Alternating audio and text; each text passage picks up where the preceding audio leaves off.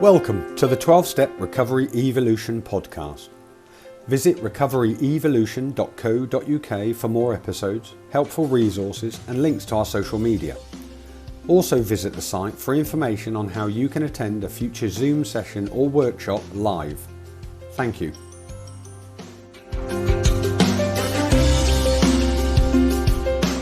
Right, so I got a call from Leicester yesterday, about 6, and he said, would you do the Creative Amends talk? And I said, that'd be an honour. Immediately went into self, wrote pages and pages of notes. And I was thinking, why am I so anxious? And the fact, I guess there's a little disclaimer here, I didn't go through the treatment centre, so I haven't gone through that intensive process that you guys went to. I kind of had to white knuckle it in AA. And that's not dismissing what they did, because it's a direct result of a good sponsor, the 12 steps and a spiritual awakening, that I'm sober today. That's the great fact of that. But it is a different process. And I think the reason I was mostly anxious is because you don't really get much of an opportunity to talk this intensive in an AA room. People will shut you down. They'll show you a yellow card, red card. People that are on a program will be nodding away. People that aren't practicing the program and don't want to do the program will be rolling their eyes. I call it a Mexican eye roll when you say something about the program, and then they all start tutting and effing and blinding, and I've actually experienced that. So I've never, never done this, but I've spoken to a group of people about the amends process. I've done it many, many times with my sponsor and the sponsees. When I take people through the steps, when we go, do our daily call and our inventory calls. But I've never done this, so I'm kind of winging it a bit, if I'm honest with you. So it was when I started to write it down, I realised, God, I've never really talked about this stuff before. In this sort of setting. So hang in there, and I might sort of double back on myself a little bit and try and explain bits as it crops up. I have written down some notes, and I'm going to stick to sort of the big book in as much that it says our stories disclose in a general way what we were like, what happened, and what we're like now. I'm going to try and stick to that theme. I don't need to go into drinking stories. I can tell you that I started drinking alcoholically in my early 20s and drank for 20 years, and the last sort of 3 to 4 years were I tipped over into that chronic alcoholism, drinking to oblivion. And that is a story for another day, but I don't think there's much value in talk. I guess it's useful if it helps you identify with what I'm saying. I drank to oblivion and I nearly killed myself. That's the great fact of that.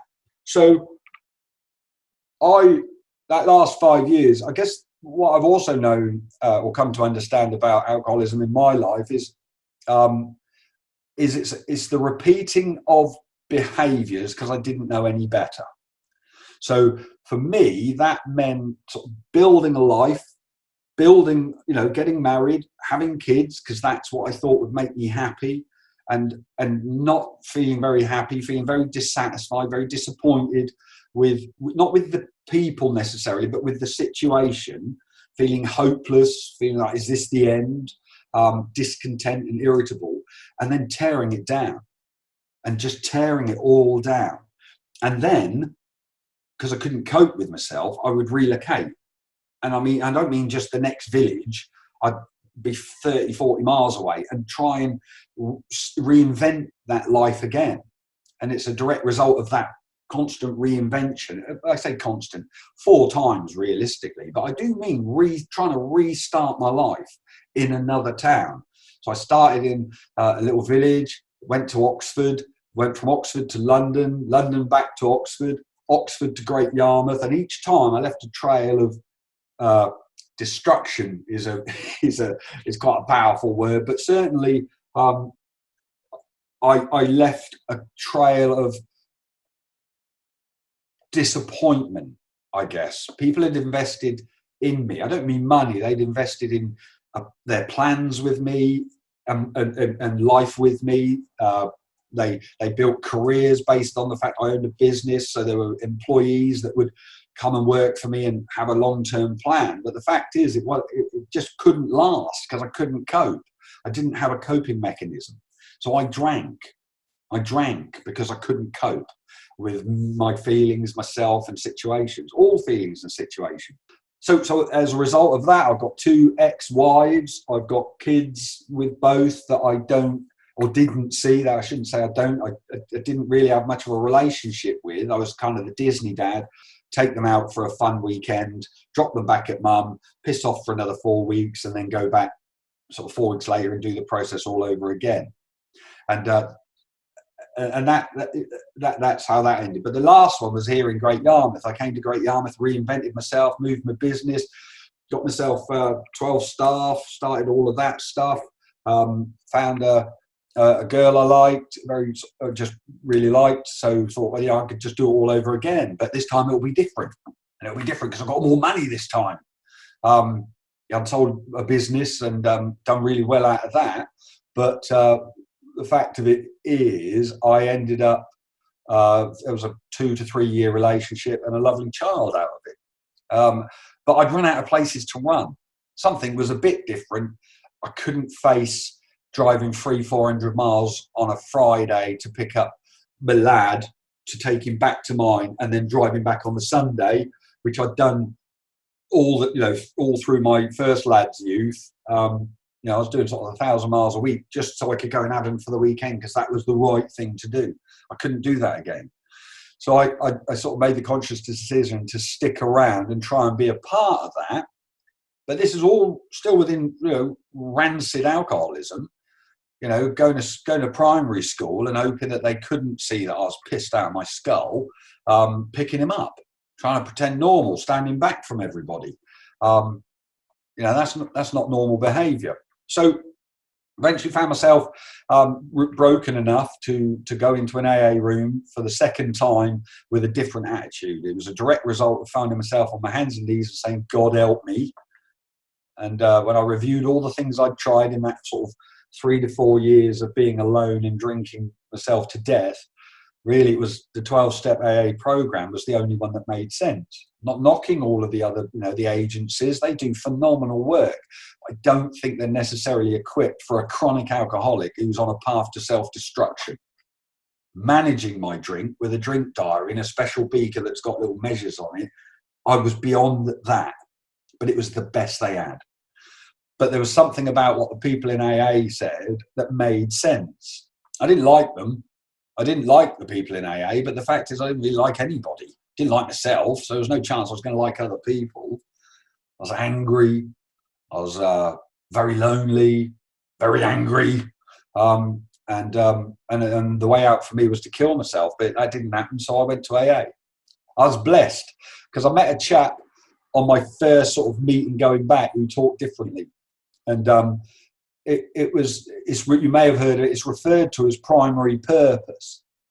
And I guess in a nutshell, what that did is it freed me from sitting around in coffee meetings. I can't be doing that. I can't hear another story about a broken microwave or a windy caravan or a husband that's not nice. I was beyond all that. I kind of need to get over this or I'm going to kill myself. Can't do it.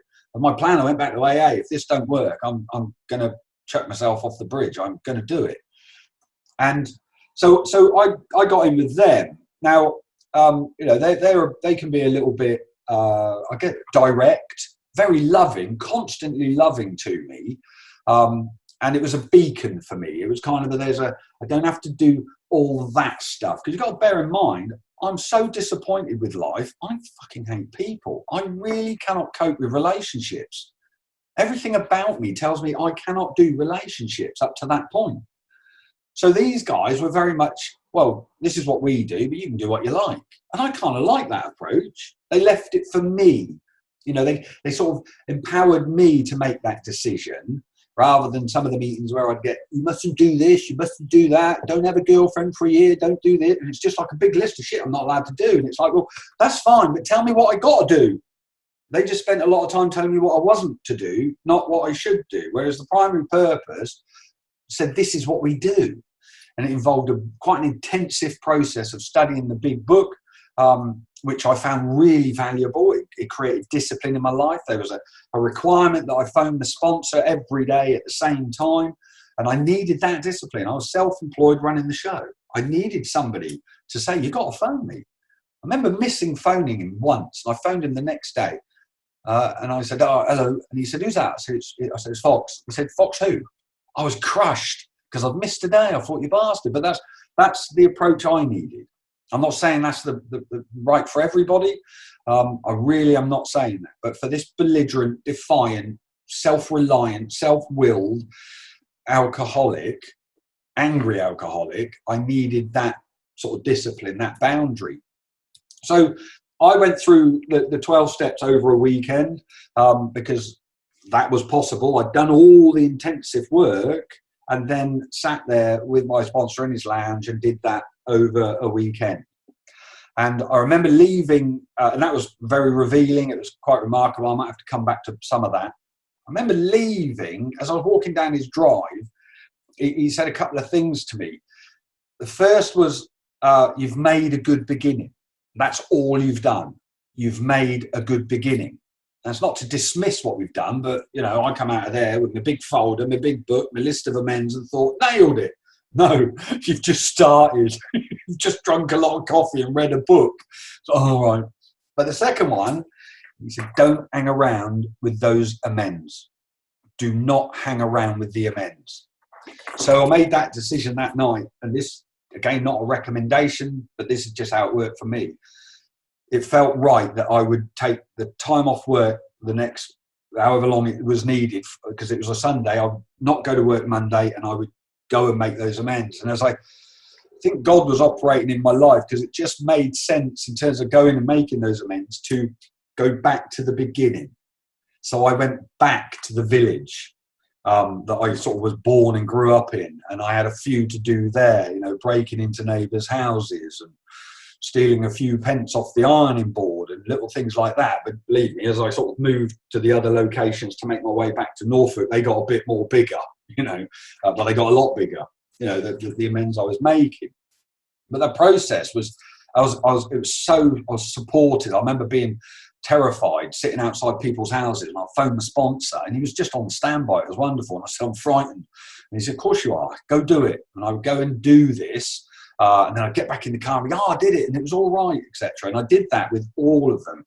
And I was away for 3 days doing that because there was a lot of people when I sort of started, as I say, in Oxfordshire, made my way up through London. And it just felt right that if I'm going to build and stay here in Norfolk, Suffolk, that they were the people I was going to have the relationships with.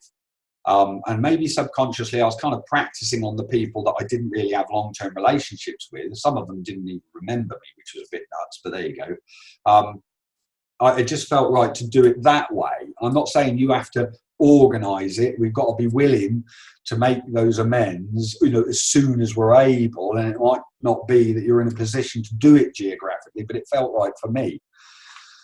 So I think it's worth going back to that primary purpose process, because that was perfect for that belligerent, defiant person, angry person like me. And one of the things that they gave us, and this isn't a recommendation, but I was given 2 bits of paper. One was what I say to the people I am just making amends to from my past. I've not got a long-term relationship.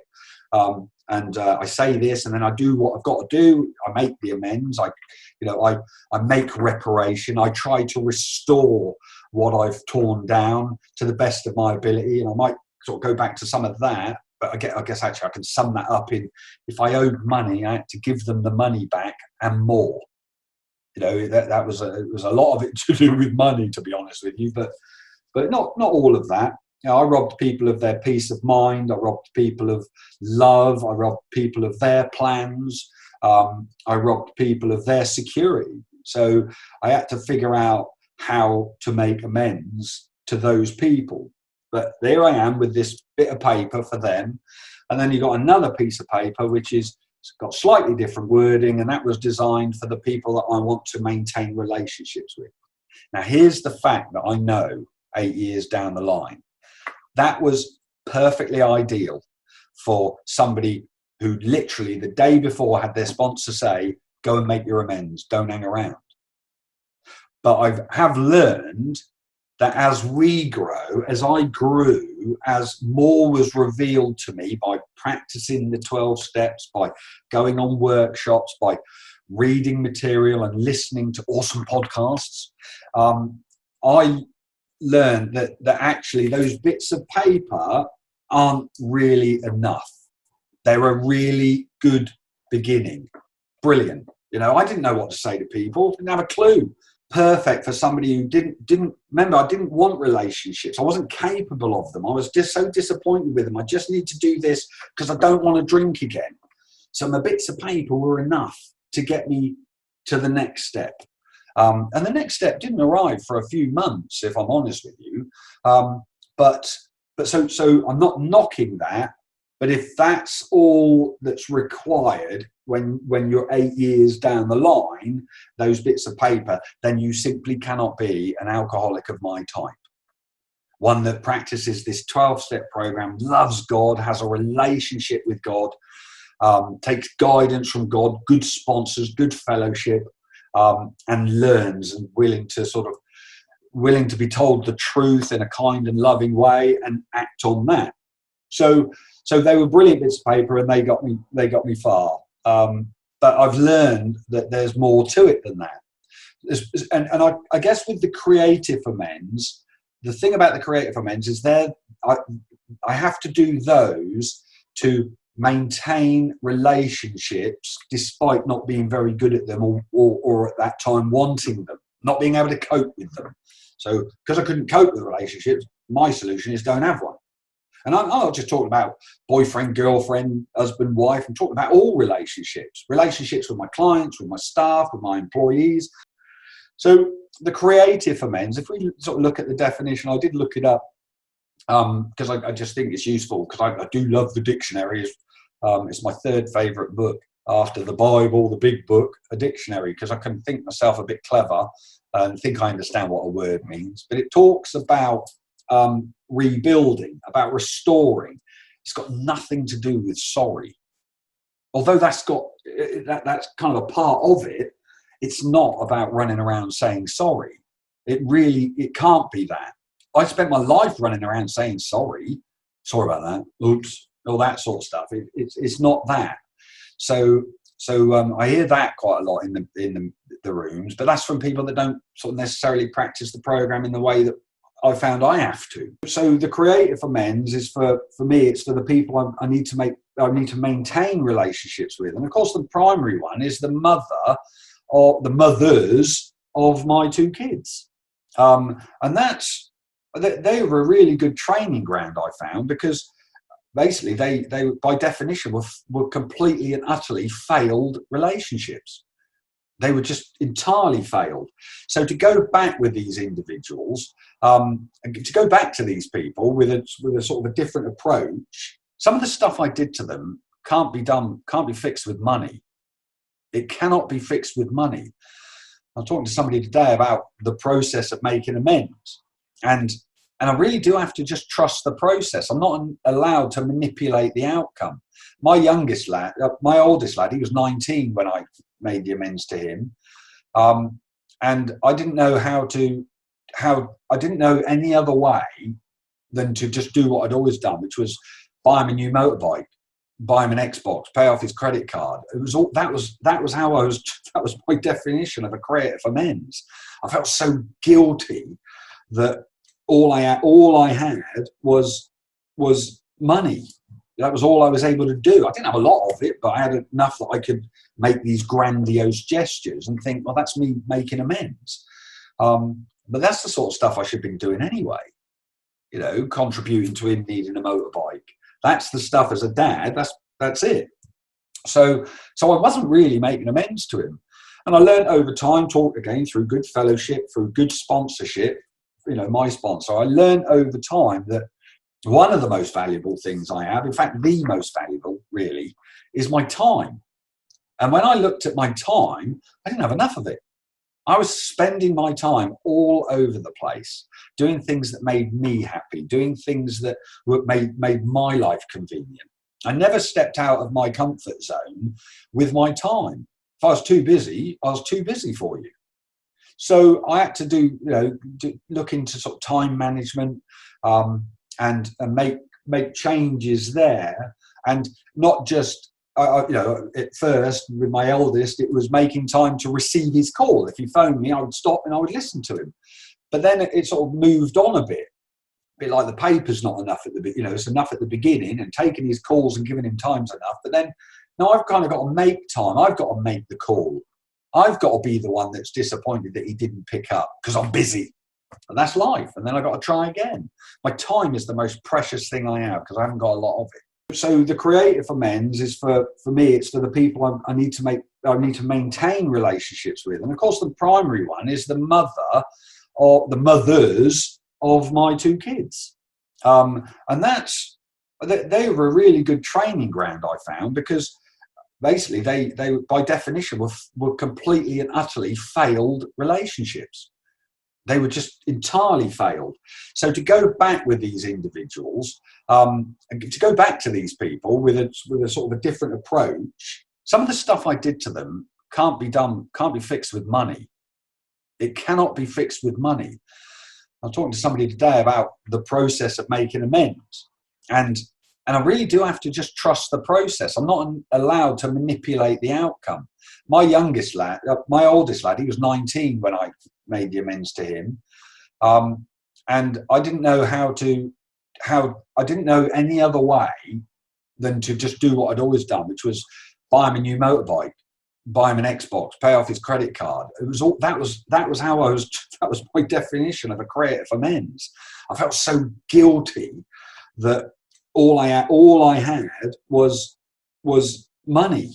That was all I was able to do. I didn't have a lot of it, but I had enough that I could make these grandiose gestures and think, well, that's me making amends. But that's the sort of stuff I should have been doing anyway. Contributing to him needing a motorbike. That's the stuff as a dad. That's it. So I wasn't really making amends to him. And I learned over time, talk again through good fellowship, through good sponsorship, my sponsor. I learned over time that one of the most valuable things I have, in fact, the most valuable really, is my time. And when I looked at my time, I didn't have enough of it. I was spending my time all over the place, doing things that made me happy, doing things that made my life convenient. I never stepped out of my comfort zone with my time. If I was too busy, I was too busy for you. So I had to look into sort of time management, and make changes there, and not just, at first with my eldest, it was making time to receive his call. If he phoned me, I would stop and I would listen to him. But then it sort of moved on a bit like the paper's not enough at the, it's enough at the beginning and taking his calls and giving him time's enough. But then now I've kind of got to make time. I've got to make the call. I've got to be the one that's disappointed that he didn't pick up because I'm busy. And that's life. And then I've got to try again. My time is the most precious thing I have because I haven't got a lot of it. Maybe 30 odd years, and I'm not very good at managing it, but I'm working on it. So, and there was, the support locally. I've got a younger son who's got, a great mum. And I don't impose myself on them. I kind of just hold out the hand and let them know I'm here for them. And that's taken some while to foster that. I'm reliable today. I'll take a call. I'll be helpful. Yes, of course I can have him because you need to do that.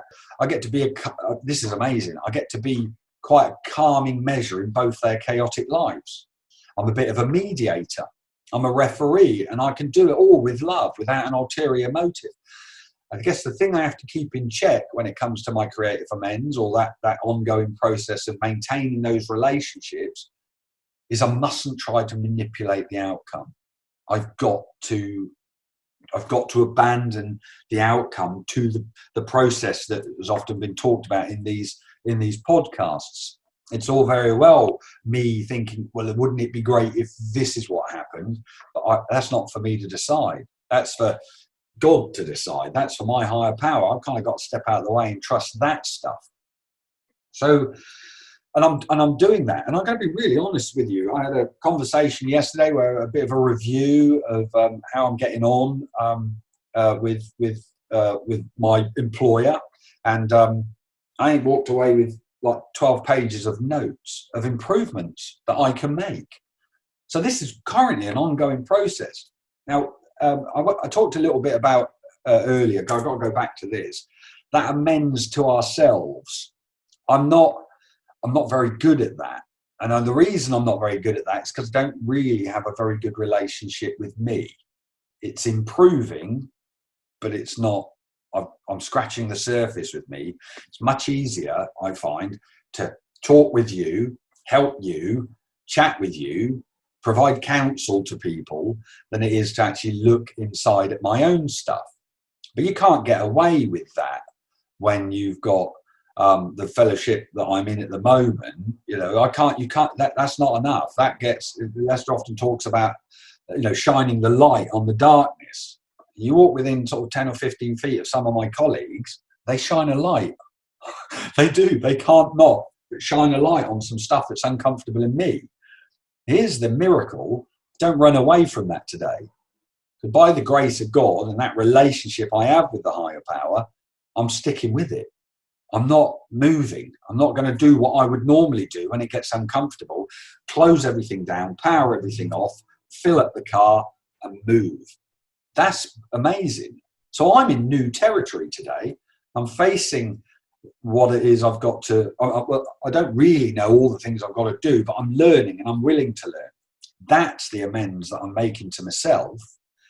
I do take people through the steps, and it's always a bit of an alarm bell when you look at their list of amends and the first 4 pages are me, me, me, me, me, me, me. I'm not suggesting that we shouldn't be on that list somewhere. I just don't think, from my experience, we should be first. Now, and other people, when this is over, you're going to get a chance to share back. And please do share your experience of why somebody might need to put themselves first, because I'm sure there are cases, but not for me. There wasn't any for me. And I remember it was about 18 months in, phoning my sponsor and saying, oh God, I think I'm ready to make amends to myself. I'd kind of done my list. But I wasn't on my list, but I was just walking down through Alton Broad back to my office and I said, oh, I think I'm ready to do amends to me. I said, but I don't know how to do that. Why didn't that occur to me before now? And he said, because you practice the program. It's a selfless program. You can't put you before others. That's not bigging me up. That's just the way it transpired. So 18 months later, it is a bit of an irony. I don't really know. I wasn't equipped, remember. This was 18 months in. I wasn't equipped to have a relationship with me. So I did revert to the bit of paper. And I can remember taking this in the office. I had the big tall mirror. I took it off, propped it down in front of the, down on the floor, leant up against the wall. And I sat in front of this mirror and I wrote this stuff down. And it just seemed appropriate. And it just seemed appropriate because of the way I'd lived my life. I could kind of put it in little phases. I had the young person, the boy, up to my sort of really the suicide of my mum, really, because that was sort of one phase.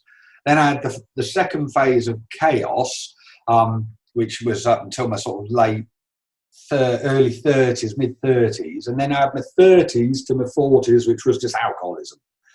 So I had these 3 lists and I sat in front of the mirror and I didn't know any other way to do it, but I sat there with a bit of paper that was for people I wanted a relationship with. And I made amends to myself in that mirror, but I did it to the boy. And I can remember, and at the end, I just remember saying to the reflection, I was saying, but it's okay now, we've got God in our lives. So we're going to be all right.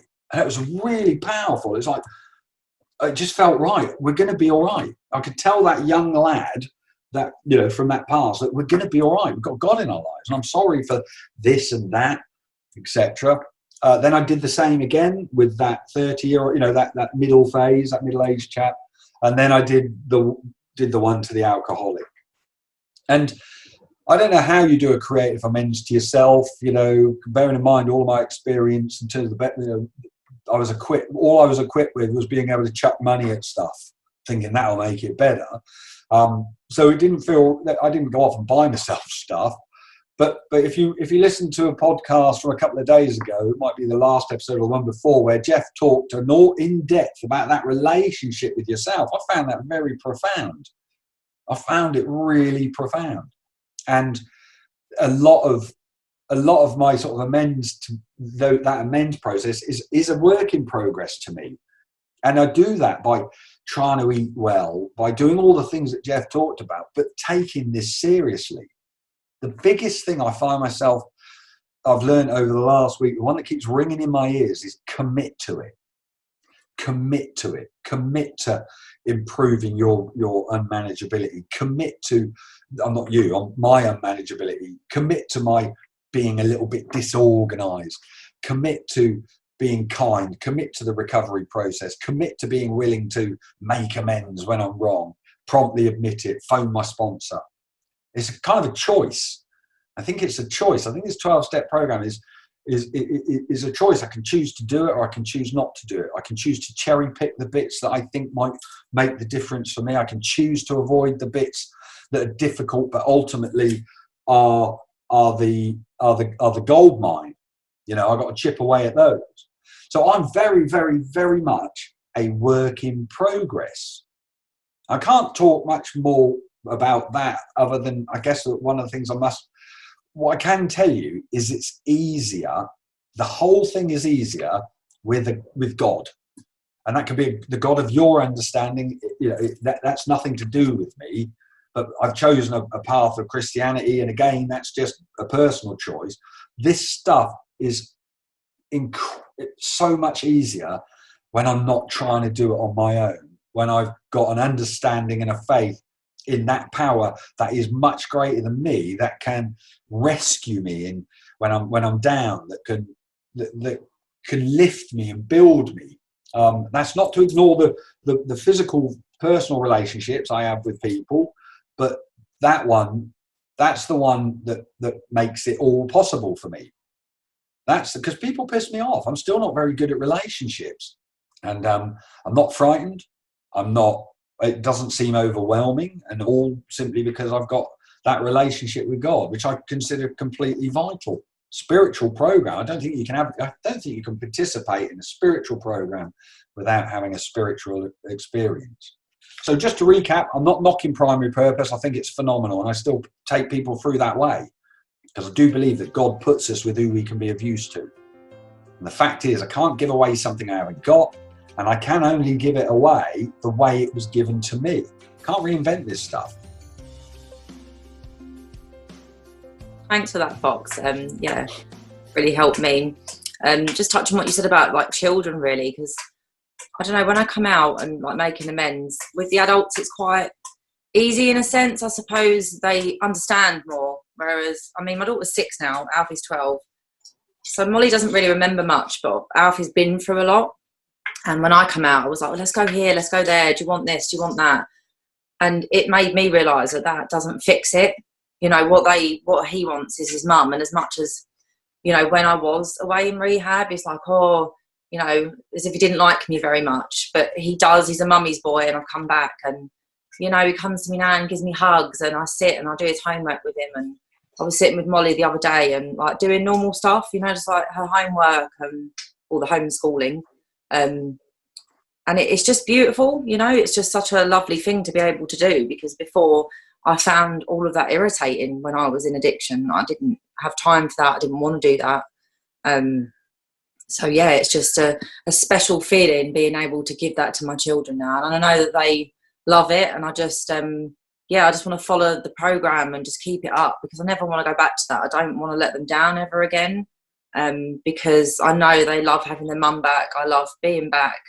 So, and I suppose my parents are different. I mean, money-wise, they've sort of spent a lot out on me. And even when I was in rehab, like looking after the children and that, I don't have money to give them back, but I know that me just trying hard and trying to better myself now is all they want for me. So, you know, that I'm back in their lives and that I'm a better person. And I know that's what they want. So yeah, I'm going to keep on doing it. But I really enjoyed your talk. I found it really helpful. So thank you.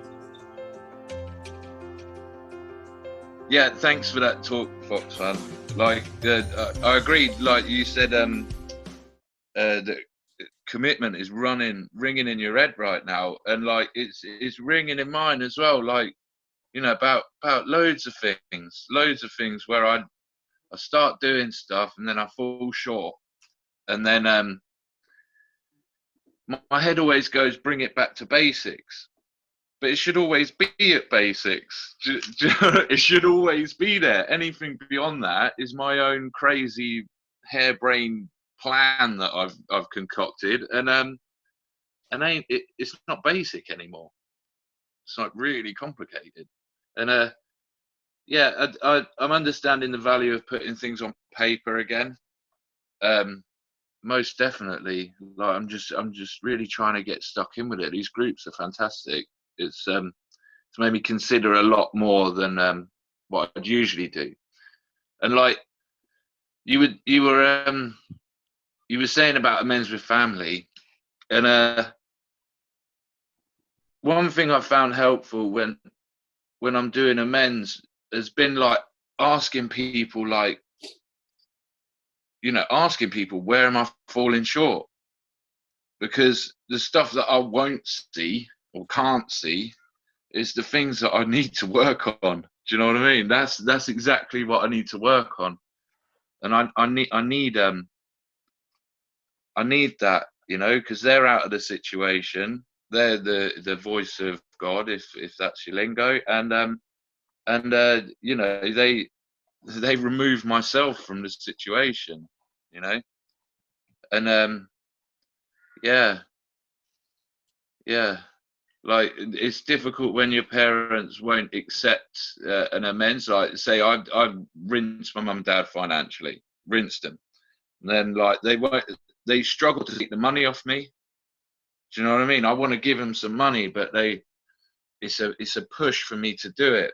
So like I'll do stuff, and like they took me out for meals and I'll just pay for the meal, or you know, things like that.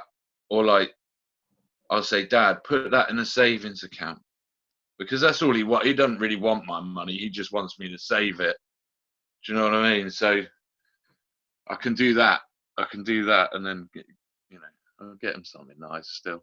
But yeah, that's it really. Yeah, thank you so much. Yeah. Thanks for that, Fox. I only met you very briefly when I came down to ECR earlier this year, so it was really nice to hear a little bit about yourself to get a better understanding. You know, and a lot of people are very fortunate on this today that they know you a lot better than I do, so thanks. I did my stuff at ECR and I came out and I did my 4 and 5 really thoroughly with Sonia, to be fair. I didn't really get 6, 7, and I never got round to my amends, which I'm actually really grateful I didn't, because now I've gone back through it with my sponsor after doing the steps, you know, with a better understanding of what I'm doing and actually doing step 3 properly. You know, my steps, I still didn't get step 3 when I look back at it now in ECR at all. There was the God wasn't there in my understanding at all. It was my dad, it was this, it was signs on the wall, you know, it just wasn't there. And now this time I finally think I'm getting it. I wouldn't like to say I've got it, because I don't think you ever do, but enough that I trust, you know, I make my prayers and I trust that those things are going to happen. So I'm doing my amends with my mum today, which you know what, I'm not fearful about it, because my primary purpose is to just, what do I want to do with her today? I wanted to realise that she wasn't a bad mum, because she thinks she was. She thinks that's why I'm an alcoholic. Do you know what I mean? I want to come out of this today. I want her to realise she just wasn't a bad mum at all, because she wasn't, you know. And I've been a bad mum, so I know what that feels like. But the bit I really liked today, you know, like when you did that bit where you went back to the beginning, you put it into sections. My girls are 20, well, one of them's 29 today, the other one's 28 in a fortnight. And I think what I probably will do, I'll ask my sponsor, obviously, is I probably need to look at chunks of my alcoholism with them. You know, the early days of what I did, because it got worse as they got older. And I don't know what they remember. I don't know what their thoughts are on anything. So I need to put that into bite-sized chunks and look at what I did as a mum and what I did when they were kids and what I did when they were at school. You said, I mean, I never turned up to school because I didn't want them to see me that I'd had a drink, rather than, you know what I mean? When you said that, that was like, oh my God, why didn't I ever pick them up from school? I know, right? Oh, that's not nice. You know, I wasn't there for them to pick them up from school. When the teacher rang me up and said, oh, they're not well, can they get on the bus? Or don't worry, the au pair will come and pick them up. And actually, that was because I was at work. It wasn't because I was in the pub getting pissed, you know, but I was still focusing on something else other than my kids. So I think what I got from that today is, I say, I'll check it through with my sponsor, but being the age they are, it's important for me to look at, I think, different chunks of my behaviour with them as they've grown up, because they've grown up into really good, balanced, solid girls. Thankfully, other people were around in their life to give them the support and that I didn't, like my sister and their dad and whatever, which I'm now very grateful for, that I was incredibly jealous about. So yeah, thanks. I really got loads from that, Fox. It was really, really nice, and nice to get to know you.